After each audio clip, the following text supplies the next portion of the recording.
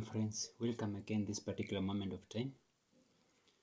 We thank God greatly for what He's every night doing in our lives and giving us time each and every moment to learn and know more about Himself, about our life, and about how nature is made and how we can interact with nature and all created things.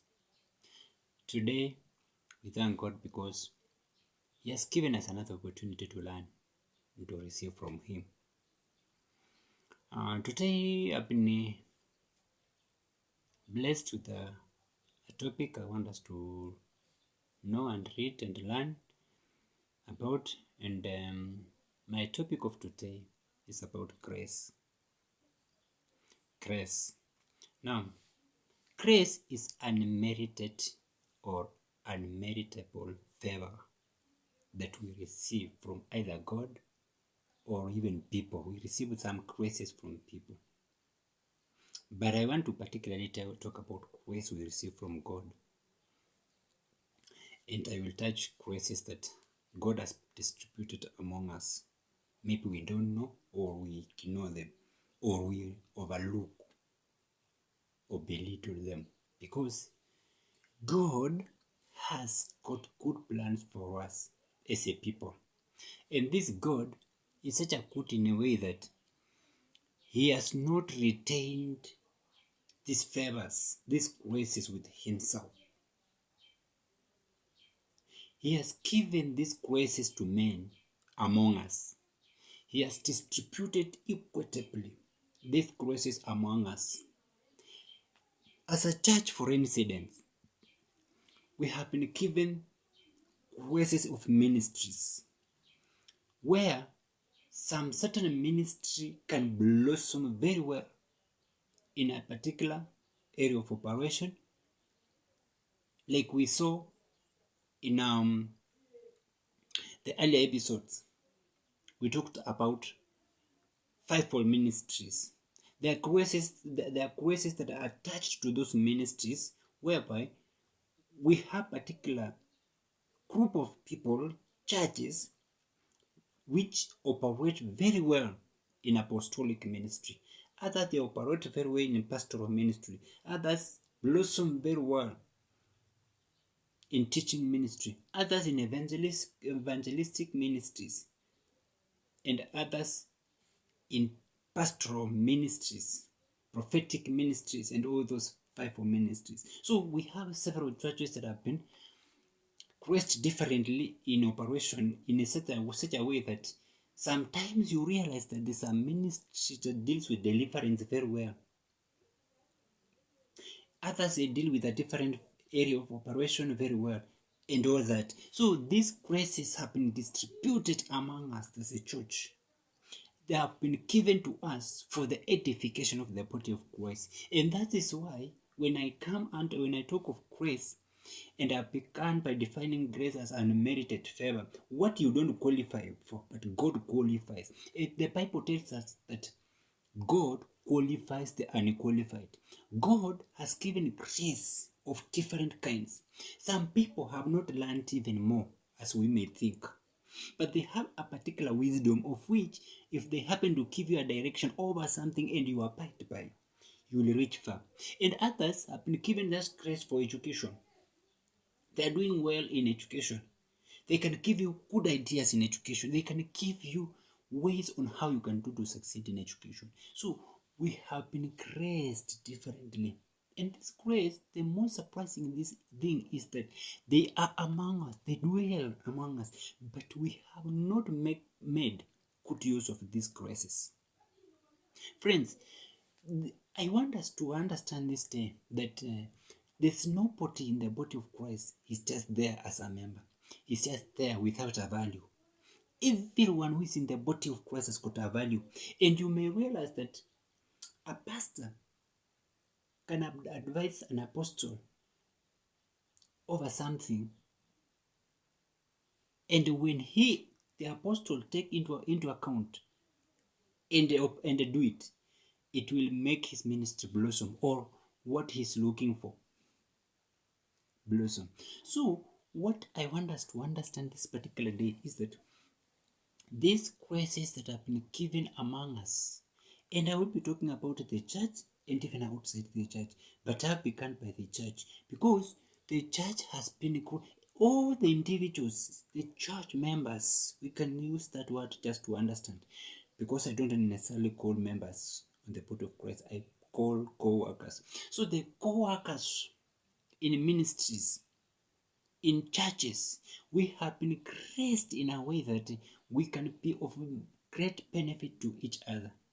And that is why the Bible tells us about the early church, that they walked together one-on-one, together visiting each other, visiting houses, breaking bread together.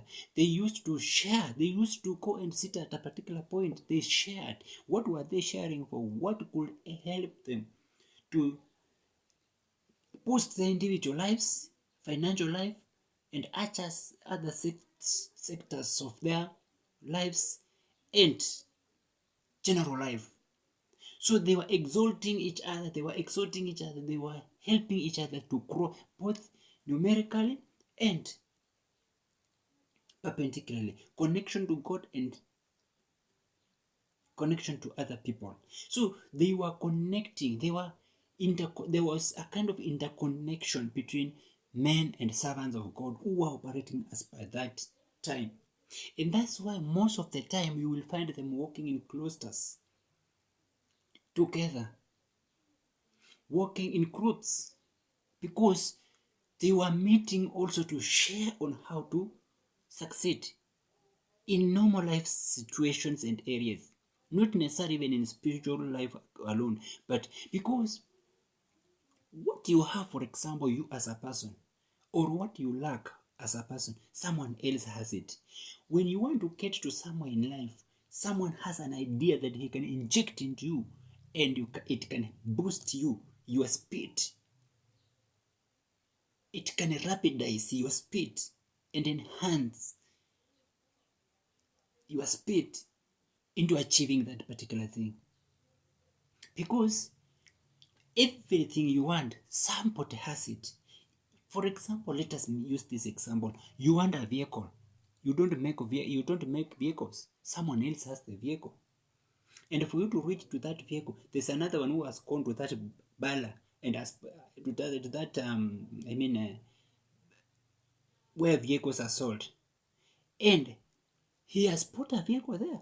He has connections on how you can reach there and buy a vehicle there, either on higher purchase price, cash, on deposit, and all that. He has got all means. And you have money, or you have the what can help you to get to that particular place and get your vehicle you want, showrooms and wherever, but you don't have connection. This one can help you to connect, because he has the connection, he has the idea on how to get there. So what we are trying to say is that every one of us, we have, it's only that we don't connect.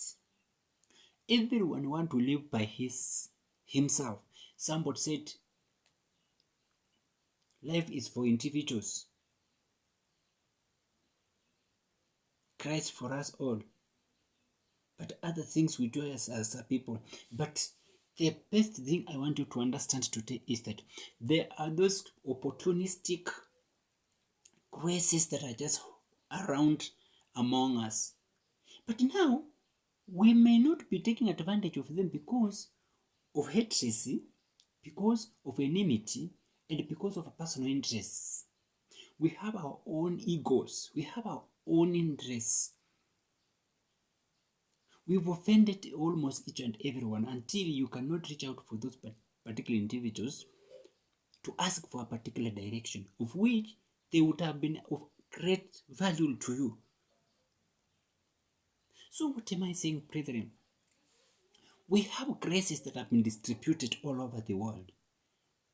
But particularly speaking about the church, we have individuals in our churches who can help us, who have made steps of some certain kinds, and they can help I as a person, can help you as a person. Yes, you who is looking at me and following me, they can help you. They can just give you a just small idea, and that idea can get you out and eject you and boost your life to a far level. But now we are not making good use of them. Some are looking for jobs. Members of your particular church and in that temple where you're worshiping at, there are people who know about the connections, but we are not making use of them. There are some individuals there who look very feeble, who look very like they cannot connect you. But if you just sit down and have a talk with those particular individuals, you will realize that they know a lot and they have a lot. I will realize that some of these people who know a lot and who have a lot and who can make you even get to your destiny, they don't speak much. They might be there, and sometimes we overlook them and we think they are not of value, of great value. But when you happen to engage them well, you will realize that they have a value to your life. But we are not making use of those graces. We are looking at them as